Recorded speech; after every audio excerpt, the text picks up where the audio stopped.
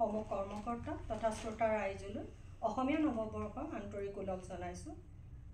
মোক মোৰ মনৰ ভাৱ প্ৰকাশ কৰিবলৈ এইকণ সুবিধা দিয়াৰ বাবে যোৰহাট কেন্দ্ৰৰ কৰ্মকৰ্তাক ধন্যবাদ জ্ঞাপন কৰিছোঁ।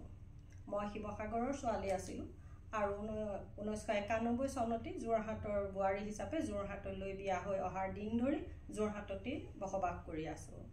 মই মোৰ BSc আৰু B.Ed ডিগ্ৰী বিয়াৰ পিছত সমাপ্ত কৰি যোৰহাটৰ এখন আগশাৰী ব্যক্তিগত খণ্ডৰ বিদ্যালয়ত প্ৰায় 12 বছৰ কাল বিজ্ঞানৰ শিক্ষকতা কৰি কিছু স্বাস্থ্যজনিত কাৰণত কামৰ পৰা অৱসৰ ল'ব লগা হয়।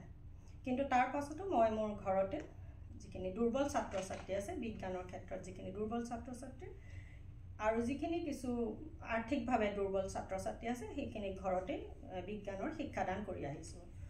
বৰ্তমান মই আমাৰ যিখিনি স্থানীয় এলেকাৰ 15 গৰাকীমান মহিলালৈ যিসকল কেৱল ঘৰতেই আবদ্ধ হৈ থাকে তেনেকুৱা কেইগৰাকীমান মহিলালৈ এটা মহিলাৰ অনুষ্ঠান যিটোৰ নাম হৈছে কাকতিগাঁও মহিলা সমাজ মঞ্চ, সেই অনুষ্ঠানটোৰ সভানেতৃত্ব কৰি আছোঁ।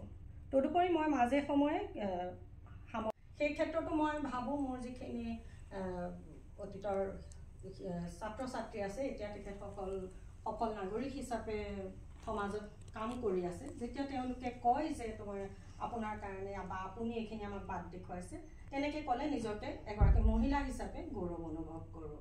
ইয়াকে কৈ মই মোৰ বক্তব্য সামৰণি মাৰিছোঁ।